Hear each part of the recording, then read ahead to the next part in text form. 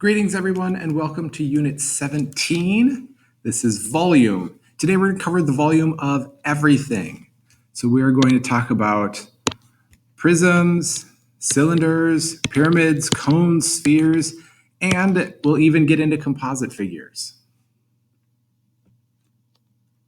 So prisms and cylinders both have two congruent parallel bases. Parallel means that they are going the same directions and they never cross if they extend infinitely.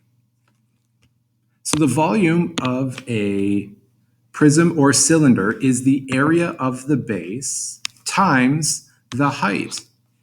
So the real basic formula, V equals capital B times H. If you had the MCA or ACT, you'd get that formula on your formula sheet right there, just as a quick reminder for volume of cylinders and prisms. And hey, looking ahead, we've got a couple other volume formulas there that we're going to get into today as well. So finding the volume of this cylinder, volume equals the area of the base times the height.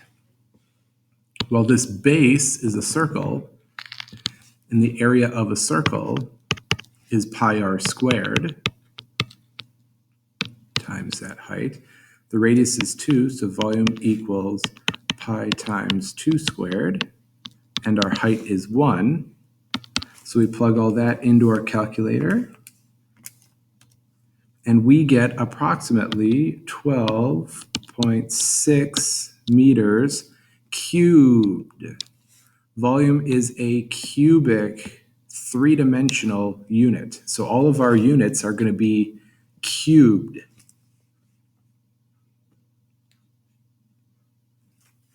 Let's try this one. Volume equals area of the base times the height. Well, the base, remember, is the non-rectangular side. It's not necessarily the bottom. The base is the non-rectangular side. Unless it's a rectangular prism, then it's, you pick what your base is going to be. So we want the area of that triangle. Well, the area of a triangle is 1/2 the base of that triangle times the height of that triangle.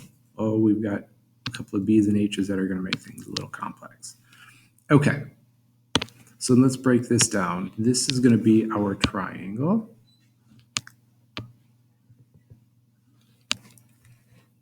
So V equals 1/2. The base of that triangle is 9. And the height of that triangle I give you is 7.8. And then the height of the prism here is 12. So our overall volume, then we're just multiplying those together.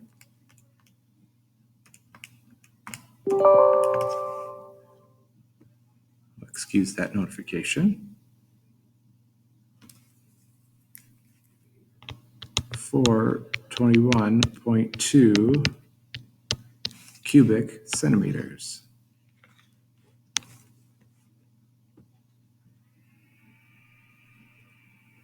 So let's think and just use a deck of cards to illustrate this point. If I have a deck of playing cards, it doesn't matter how many cards are in it. But we can look at this as a prism, a rectangular prism. So this is a three-dimensional shape. If I were to shift everything, so I push the top of the deck, so then it's not straight up anymore, but it's slanted, does that change the volume? And the answer is no. We still have the same number of cards, and they all have the same tiny, tiny volume. So even though we're sliding them a little bit, it doesn't change the volume of the entire shape.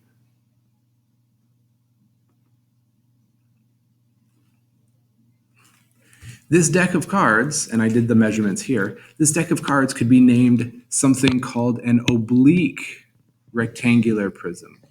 Oblique just means that it's not straight up and down, but that it's slanted. So the volume is still the same. It's still the area of the base times the height. Volume equals area of the base times the height. Well, for this rectangle, the base is 8.6 times 5.7. Oops. 8.6 times 5.7. And then the height, we want to think of the true height of this stack. It doesn't matter what the slant is. Well, the slant height, I don't want to say it doesn't matter. The slant height is not what we're going to be using. We're going to be using the true height. So that may involve some Pythagorean theorem going on at some point, but it doesn't right here.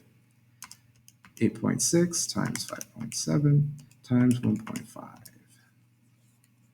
And that volume is 73.53 cubic centimeters. Because that true height would also be the true height here. And that's when all the cards are stacked on top of each other. And that's what we're looking for. So let's try another example of an oblique. This is an oblique cylinder. Volume is still area of the base times the height. So the area of the base, volume equals, area of the base is pi r squared. And our height is this true height here. So we still have to find that technically. Well, we find that using Pythagorean theorem. So we have 15 squared equals h squared plus 9 squared. So doing that single variable algebra that we've been doing for roughly 7 months now. And we get a height of 12. So our h is going to be 12. Our radius here is 4. So let's just plug those in. Volume equals pi times 4 squared times our height of 12.